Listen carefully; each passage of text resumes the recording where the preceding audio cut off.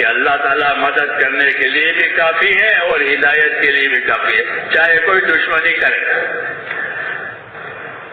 یہ اللہ تعالیٰ نے بہت بڑا اعلان کیا ہے کہ کوئی بھی دشمنی کرے، کوئی حکومت، کوئی طاقت، کہ کوئی بات نہیں، اللہ کافی ہے۔ ہاں، تاکہ جو ایمان والے اللہ تعالیٰ کام کرتے ہیں ان کی نظر اللہ پر رہے کہ ہمارے لیے تو مدد کرنے والا اللہ ہے، ہمارے لیے مدد کرنے والا اللہ ہے، ہماری مدد اللہ کی طرف سے ہوگی، کیوں کہ ہم اللہ کا کام کرتے ہیں، تو ہماری مدد کے لیے اللہ کافی ہے۔ اور دوسرا، ہم ہدایت کے لیے کام کرتے ہیں تو ہدایت دینے کے لیے بھی اللہ کافی ہے۔ تو اللہ تعالیٰ نے یہ ضابطے بنائے ہیں کہ جب لوگ کام کریں گے تو اللہ مدد کے لیے بھی کافی ہو جائے گا اور ہدایت کے لیے بھی کافی ہو جائے گا، اور جنہوں نے ان کے خلاف کیا ہے کہ وہ نامراد ہو جائیں گے، ان کو اللہ نامراد کریں گے۔ یہ ضابطہ ہے اللہ تعالیٰ کا، اور بشارت ہے اہل ایمان کے لیے۔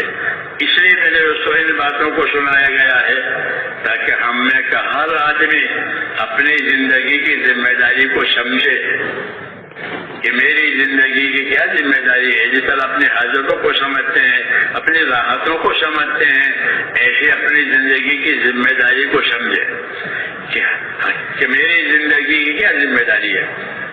کیا روزی روٹی؟ کہ روزی روٹی یہ ذمہ داری نہیں ہے۔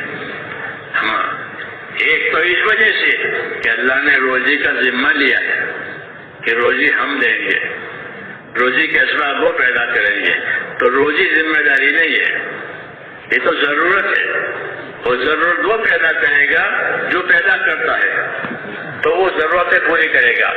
ہاں، ہم کو تو ذمہ داری دی ہے میرے دوستوں اس کام کی، جس کام کو لے کر کے اللہ تعالیٰ نے اپنے رسولوں کو بھیجا ہے کہ یہ اپنے زندگی میں لاؤ۔ اس لیے ہر آدمی پر ایک ذمہ داری ہے۔ یہ کیا ذمہ داری ہے؟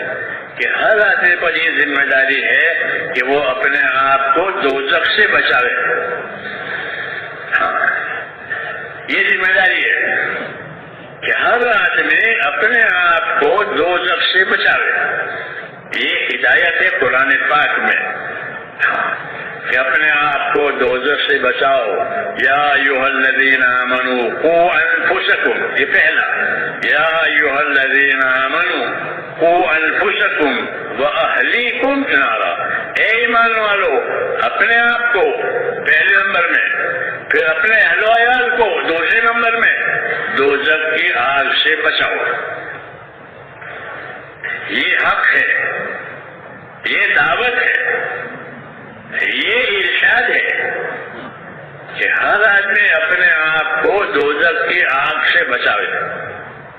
اگر وہ اپنے آپ کو دوزخ کی آگ سے نہیں بچاتا تو دوسرا نہیں بچائے گا۔ یہ ذمہ داری ہے کہ اپنے آپ کو دوزخ کی آگ سے بچاؤ۔ اپنے اہل و عیال کو ذرا بھوک پیاس سے بچاتے ہو، ان کو بھی دوزخ سے بچاؤ۔ تو سوال پیدا ہوتا ہے کہ ہم دوزخ سے کیسے بچانا ہے؟ دوزخ کو دیکھا ہی نہیں ہے۔ کوئی چیز دیکھی ہو تو کبھی دیکھو وہ گاڑی آ رہی ہے، وہ گاڑی آ رہی ہے، تو دیکھ کر کے بچا لے گا، بغیر دیکھے بچا لے گا۔ کیوں بھائی؟ کسی جیسے بچانا ہو تو دیکھ کر ہی تو بچائے گا، بغیر دیکھے کیسے بچائے گا؟ کوئی چیز آ رہی ہے، کوئی جانور آ رہا ہے، دیکھو تو دوزخ کو تو دیکھا نہیں ہے تو دوزخ سے کیسے بچائیں گے؟ تو حضرت علی رضی اللہ تعالیٰ عنہ نے مسئلہ حل کیا، اس کا جواب دیا، یا ایھا الذین آمنوا قوا انفسکم واہلیکم نارا، اے ایمان والو اپنے آپ کو اپنے گھر والوں کو دوزخ سے بچاؤ۔ علی فرماتے تھے کہ اس آیت کا مطلب یہ ہے کہ اپنے آپ کو اور اپنے اہل و عیال کو دیندار بناؤ، اپنے آپ کو اپنے عیال کو دین سکھاؤ۔ یہ تفسیر حضرت علی رضی اللہ تعالیٰ عنہ سے منقول ہے، قوا انفسکم واہلیکم نارا کی۔ صحابہ کرام نے قرآن شریف پڑھا اور قرآن شریف سمجھا اور دوسروں کو سمجھایا، اور یہی اصل تبلیغ ہے۔ یاد رکھو، اصل تبلیغ تو قرآن حدیث کی ہے۔ ہم جو محنت کر رہے ہیں وہ قرآن حدیث تک پہنچنے کے لیے محنت کر رہے ہیں۔ کہ اللہ کی بات پہنچاؤ تو اللہ کی بات تو قرآن ہے، رسول کی بات پہنچاؤ تو رسول کی بات تو حدیث ہے۔ تو اصل تبلیغ تو میرے بھائیوں علم و ذکر کی ہے، یعنی قرآن حدیث کی ہے، وہ اصل تبلیغ ہے۔ اس تک پہنچنے کے لیے یہ راستے بنا رہے ہیں کہ ہم قرآن حدیث تک پہنچ جائیں کہ مسلمانوں نے اپنی غفلتوں کی وجہ سے قرآن مجید کو اور حدیث کو چھوڑ دیا ہے۔ ان قومی اے میرے رب، میری قوم نے قرآن مجید کو چھوڑ دیا، اتخذوا هذا القرآن مہجورا، شکایت ہے کہ میری قوم نے قرآن کو چھوڑ دیا، اور واقعی بات ہے کہ ہم نے قرآن کو چھوڑ دیا۔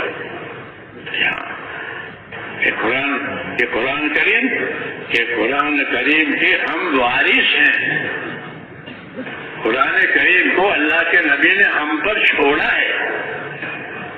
ہاں، جیسے دین کو ہم پر چھوڑا ہے ایسے قرآن کریم کو بھی ہم پر چھوڑا ہے، ہم اس قرآن کے وارث ہیں۔ ہاں، کہ اس قرآن کو اپنے دلوں میں بھی اتاریں گے اور اس قرآن کی باتوں کو دنیا میں بھی لے جائیں گے، کیونکہ ہم اس کے وارث ہیں۔ ثم اورثنا الکتاب الذین اصطفینا من عبادنا، اللہ کہتے ہیں پھر ہم نے آخری زمانے میں اپنے بندوں میں سے لوگوں کو اس قرآن کا وارث بنایا ہے۔ تو جن کو وارث بنایا ہے وہ کون ہے؟ کہ وہ حضرت محمد صلی اللہ علیہ وسلم کی امت ہے۔ تو ہم قرآن کے وارث ہیں کہ اللہ نے رسول کو قرآن اور رسول پر قرآن اتارا، آپ نے قرآن سمجھایا، سکھایا، اس کی تبلیغ کی، پھر قرآن کو امت پر چھوڑا۔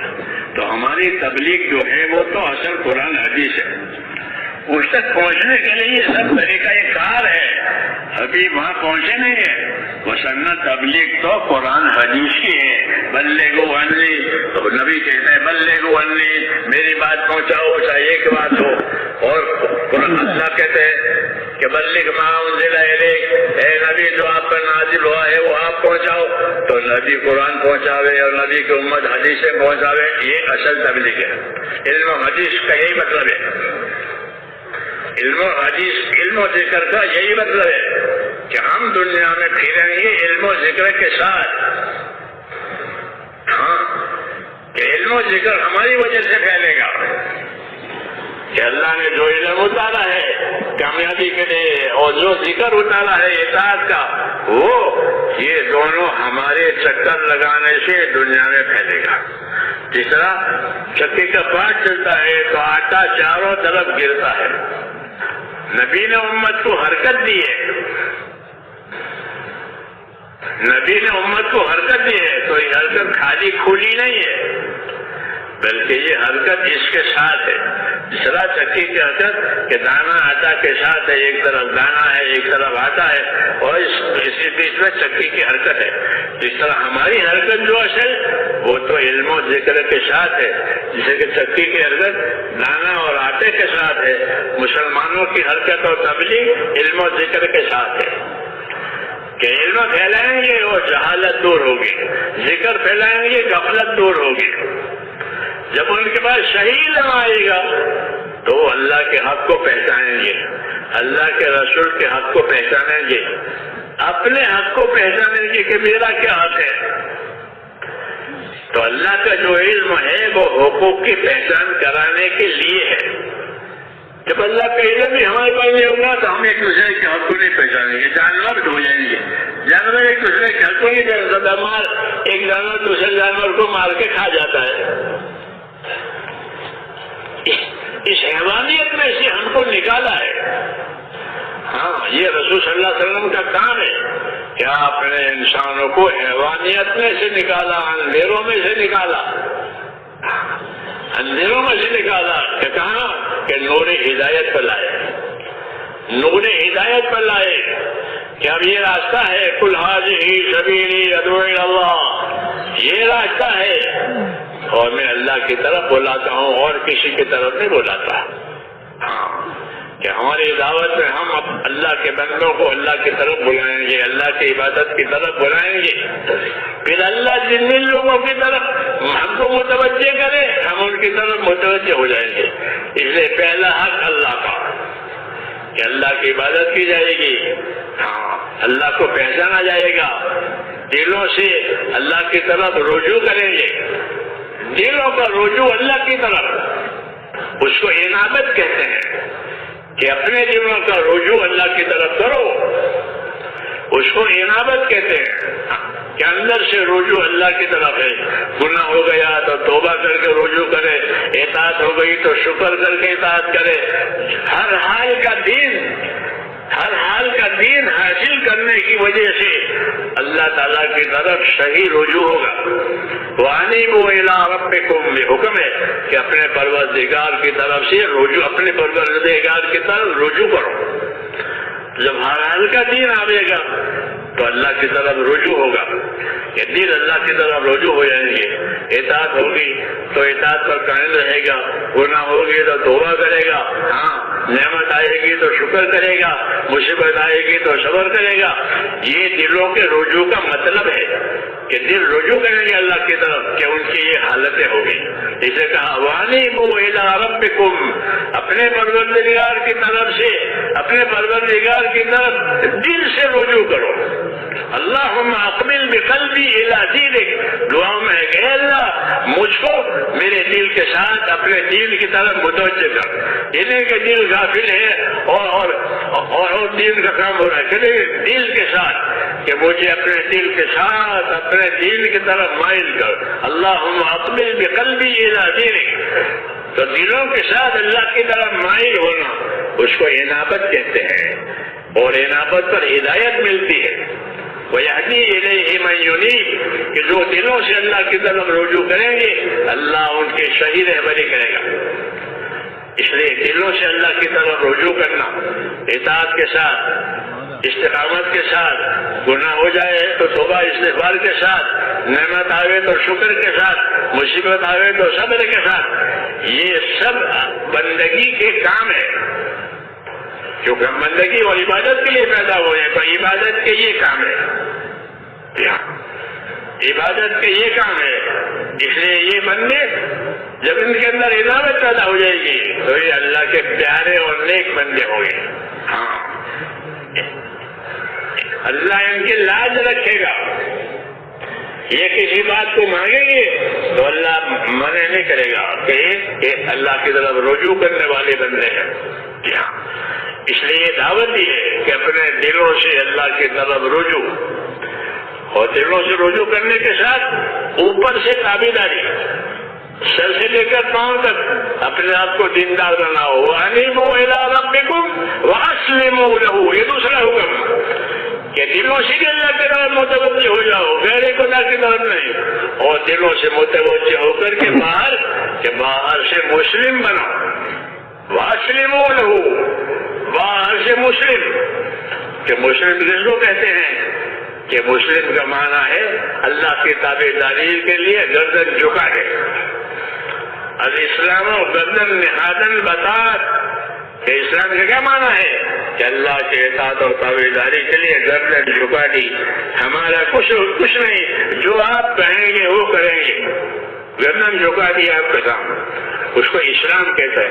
تو اسلام اوپر ہوتا ہے اور انابت اور رجوع دلوں کا یہ اندر ہوتا ہے، یہ دونوں ہوتا ہے، منافق میں نہیں ہوتے، مخلص میں یہ ہوتے کہ مخلص اندر سے بھی اللہ کی طرف اور اوپر سے بھی اللہ کی طرف۔ ہاں اس لیے حضور صلی اللہ علیہ وسلم دعا مانگتے تھے، اللہم طہر قلبی من النفاق، کہ اللہ میرے دل کو نفاق سے پاک کر دے۔ تو نبی کا دل تو پہلے سے پاک ہے، ہم کو تعلیم دی ہے کہ اپنے دلوں کو نفاق سے پاک رہنے کی دعا مانگو۔ ایک تو نفاق وہ جو منافقین حضور کے زمانے میں ہوتے تھے، اب دنیا میں کوئی منافق نہیں ہے، تو آپ کے زمانے میں سب کا تھا وہ ختم ہو گیا، اب یا کافر ہے یا مسلم ہے، اب کوئی منافق نہیں ہے۔ اب حضور دعا مانگ رہے کہ میرے دل کو نفاق سے پاک کر دے۔ نفاق سے پاک کرنے کا مطلب یہ ہے کہ کوئی دوسری غرض مجھے تیرے کام کو چھوڑ کر کسی دوسری غرض کی طرف نہ جاؤں، بلکہ تیری طرف جاؤں، اور نفاق سے میرے دل کو پاک کر دے، یعنی مجھ کو اخلاص دے دے، یہ مطلب ہے۔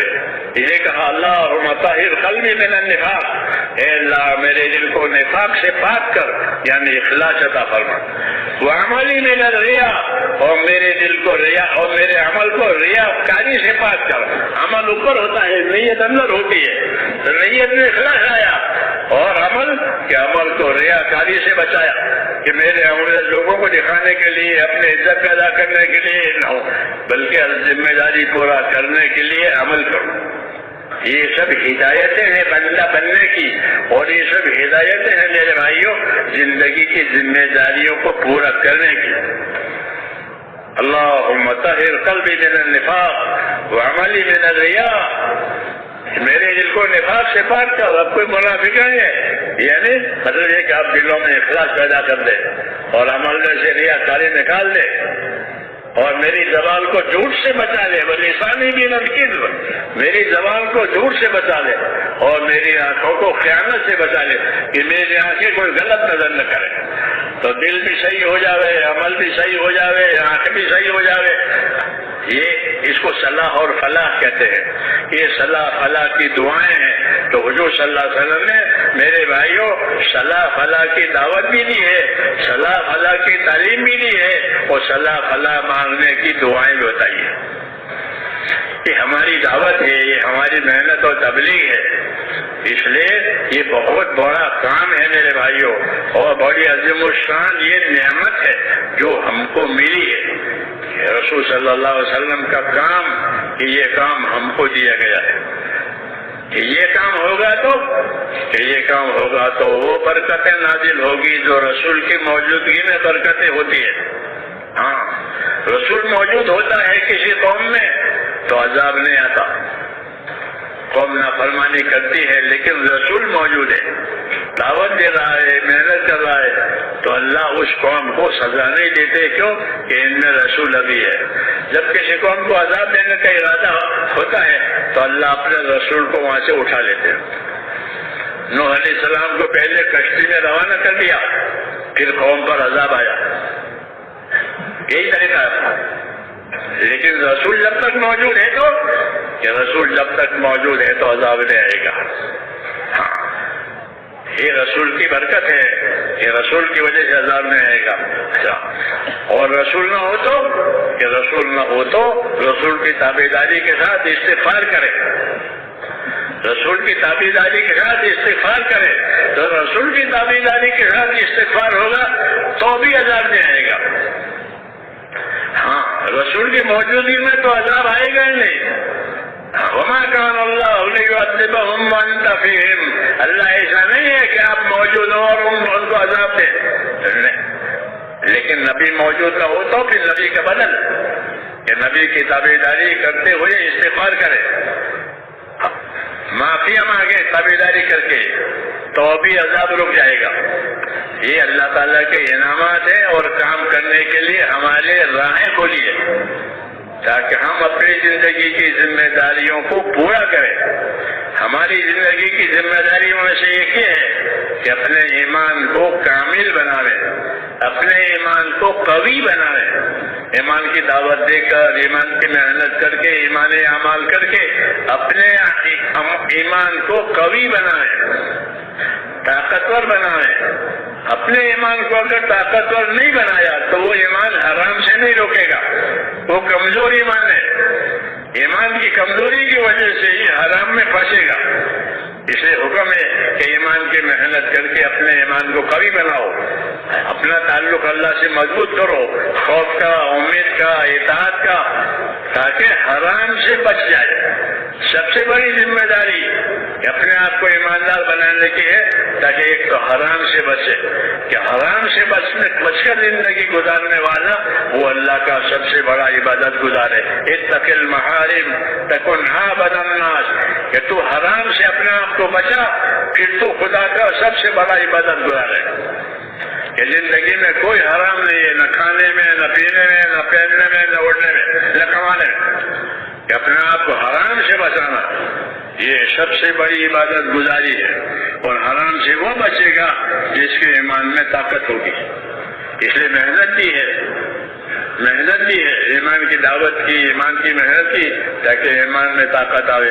جب ایمان میں طاقت آئے گی حرام چیزیں نکل جائے گی. جب تک ایمان میں طاقت نہ آئی تھی حرام چیزیں نہیں نکلی تھی. لوگ پیتے بھی تھے اور نماز میں آتے تھے. لوگ پیتے تھے اور نماز میں آتے تھے. تو ان کو یہ نہیں کہا ابھی مت پیو، بلکہ ان کا ادھر نماز کے وقت قریب ہو تو مت پیا کرو. نماز میں تمہیں نشہ آئے گا، بلکہ یہ کہا مت پیو. کیوں کہ ابھی ان کے اندر حرام سے بچنے کی طاقت نہیں ہے. ابھی یہ محنت کریں گے اور ان میں طاقت آ گئی تو یہ حرام کو خود چھوڑیں گے. تو حرام کو چھوڑنا ہے اور حکموں پر اپنے آپ کو آنا ہے. اس کے لیے محنت بھی ہے. جب یہ محنت کے دو اثرات پڑیں گے. جب یہ محنت صحیح ہوگی تو زندگی کا حرام نکل جائے گا، کھانے کا، پینے کا، کمانے کا، اور زندگی تقویٰ طہارت والی ہوگی، پرہیزگاری والی ہوگی. حضرت عمر فرماتے تھے کہ ہم کو تقویٰ ملا ہے. ہاں، ہم کو تقویٰ اور پرہیزگاری ملی ہے. تو یہ حضرات حرام سے بہت دور رہتے تھے، اپنے آپ کو بچاتے تھے. ہاں، کہ حرام سے تو اپنے آپ کو بچا، پھر تو خدا کا سب سے بڑا عبادت گزار ہے. تو حرام سے بھی بچانا ہے اور جن جن کاموں کے کرنے کا حکم ملا ہے ان کو ادا بھی کرنا ہے اور ان کی تبلیغ بھی کرنی ہے. ہاں، تاکہ اللہ کا دین دنیا میں زندہ رہے. مسلمانوں کے ذمے دو کام ہیں. ایک کام یہ ہے کہ وہ اپنی ذات سے اپنے آپ کو دین کا پابند کرے. اپنے آپ کو اپنی ذات سے دین کا پابند کرے، سنتوں کا پابند کرے، فرضوں کا پابند کرے. ہاں، حرام سے بچنے میں اپنے آپ کو پابند کرے. یہ ہر آدمی کی ذاتی زندگی کی ذمہ داری ہے کہ اپنی ذاتی زندگیوں کو سنتوں پر لاؤ. اپنی ذاتی زندگیوں کو سنتوں پر لاؤ، سنتوں کو سیکھو. صبح سے شام تک کیا کیا سنت ہے. اوپر چڑھے تو اللہ اکبر، نیچے اترے تو سبحان. یہ سنت کتنا آسان ہے. تو اپنی زندگی کو سنتوں پر لاؤ. یہ دعوت ہے، خالی پھرنا نہیں ہے. پھرنا اس کی استعداد پیدا کرنے کے لیے. پھرنا طریقہ کار کہلاتا ہے. جیسے زمین میں کھاد دینا، پانی دینا، جو چیزیں غلط اگ گئی ہے اس کو نکالنا. یہ ضروری اس لیے ہے تاکہ اگلی چیز کہ کیا بویا کیا کاٹا وہ ہاتھ میں آئے. پہلے طریقہ کار ہوتا ہے اور اس کے بعد پھر جو ہے مقصد کار ہوتا ہے کہ اصل مقصد یہ تھا. تو ہماری زندگی کا میرے دوستوں اصل مقصد وہ اپنے نبی کی تابعداری پر زندگی گزارنا، سنت پر، شریعت پر اپنے آپ کو لگانا. یہ اصل مقصد ہے محنت کا کہ اللہ نے اپنے نبی کو ایک شریعت پر قائم کیا ہے. ثم جعلنا کالا شریعت من الامر فاتبعها. ہم نے نبی آپ کو ایک شریعت پر قائم کیا ہے، آپ اس شریعت پر رہیں. جس طرح نبی کو ایک شریعت پر اور ایک طریقے پر قائم کرنے کا حکم ہے، ہم سب کو بھی وہی حکم ہے. یہ ہماری دعوت میرے بھائیوں اتباع کی دعوت ہے، کوئی نئی بات نہیں ہے کہ مولانا الیاس صاحب نے یا اس رات کے بزرگوں نے کوئی نئی بات چلائی. کنانا نئی بات کوئی نہیں چلائی، بلکہ زندگی ادھر ادھر ہو گئی تھی تو اس کو اپنے نبی کے اتباع پر لانا. دعوت کی اصلی غرض کہ مسلمان کی زندگی انفرادی بھی اور اجتماعی بھی کہ وہ اپنے نبی کے طریقوں پر، اپنے نبی کی سنتوں پر رہے. یہ اصل ہے، کیونکہ نبی کے خلاف اگر کسی کی زندگی ہو گئی تو وہ کبھی کامیاب نہیں ہوگا. وہ کبھی بھی کامیاب نہیں ہوگا. خلاف پیغمبر کثیر راہ گزیر کہ ہرگز منزل نخواہ رسید، کہ نبی کے خلاف جو بھی جائے گا وہ کبھی منزل کو نہیں پہنچے گا، وہ ہلاک ہو جائے گا. ہاں، اس لیے دعوت ہے کہ اپنی زندگیوں کو علم و ذکر کے ساتھ چلاؤ. کہ علم و ذکر میں یہی باتیں ہیں کہ نبی کیا لائے تھے اور نبیوں نے کیا دیا تھا اور ان کا کیا طریقہ تھا. تو اصل علم و ذکر کو حرکت میں لانا ہے.